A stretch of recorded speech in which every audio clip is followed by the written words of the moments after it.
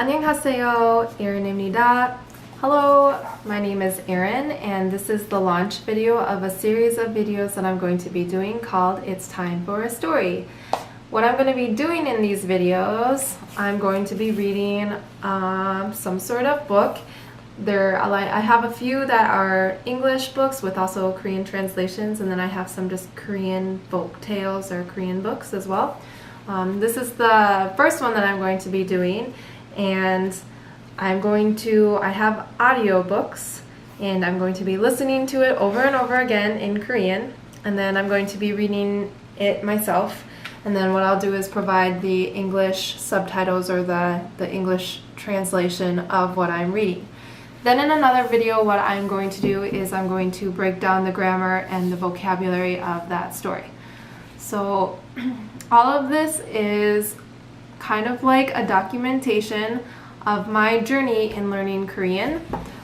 A short story, maybe sometime in the future, I'll tell you my story in Korean, but the short story now is that I was adopted when I was 3 months old. I have a sister who was also adopted, but she's not biological. She is still my sister all the same. But we grew up in Minnesota, and I went to school there and then went off to college in Iowa, and there I met my husband, and I also established a career in teaching. So a few years back, 3 years ago, we were looking at having children, and I kind of thought that it would be a good time to maybe get medical history. Up until then, whenever I went into the doctor, you would have to fill out that part where it was family history or medical history, and I could always just be like, I don't know it, and then skip it all. But I thought having kids that I felt like I really wanted to know medical history. But deep down inside, I think the cause of me looking for my family was that I just really wanted to. So long story short, I found them, and it's kind of crazy because only my father and my mother really knew about me. So I have a really big Korean family. They all kind of just learned about me, and they accepted and welcomed me in with such an amazing kindness. And it's a really wonderful, I have a really wonderful family. So now, I'm going to be visiting them in about 3 months in the middle of February, and this is me trying to learn Korean. I've been back and I've visited with my family a couple times now, but at those times I feel like I was trying to learn Korean off and on, but I don't think you can learn a language off and on. You have to commit to it and sit down consistently and learn it. So that's me doing this now. Where I'm at with Korean is I compare myself to a 2.5-year-old, my 2.5-year-old. I watch him learn his language development, and it's amazing just through the immersion of him listening and hearing things over and over again, as well as reading books.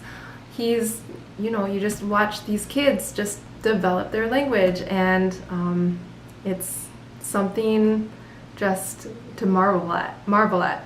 So I've decided that that's what I have to start doing, because I have listened to Talk to Me in Korean, and I've established, over the last 2 years, I've established a really good grammar foundation, and I also have a good amount of vocabulary that I've gained. But I'm at the point where, obviously I'm not speaking to you in Korean, so I don't feel comfortable doing that, and I'm just not confident. It takes me a really long time when I try to speak, because I'm still at that level, even though I know they say not to. I'm at that level of just trying to think about the English sentence and translate it into Korean. So it takes me a really long time.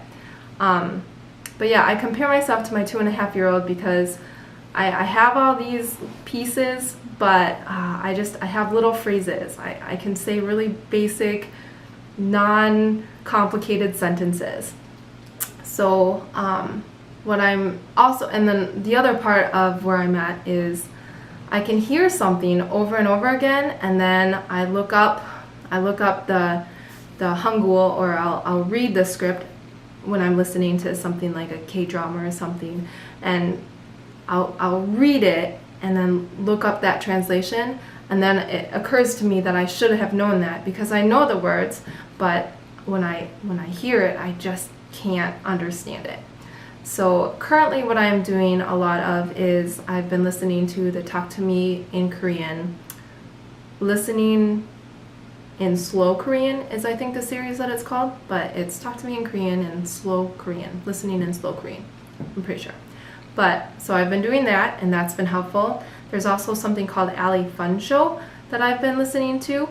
I also really liked Korean Oni, and she had some K-pop breakdowns that she was doing. I like the Blackpink As If It Were Your Last by Korean Oni or Hanguk Oni, but I think she's discontinuing that sequence, but what she would do is she would break down all the lyrics of a song, and she would sing it through with subtitles of English and Korean, and then break it down, all the little grammar pieces and vocabulary. That really helped me, and that's what I'm going to be doing then for my books. So I guess where I'm at is I'm not comfortable, but I have some foundations established. I would declare myself maybe advanced beginner, but I'm not natural, and that's what I'm working towards. I'm working towards fluency, and I'm working towards at least being able to go to Korea this time and be able to hold down conversations and get my messages and what I want to say to my family across.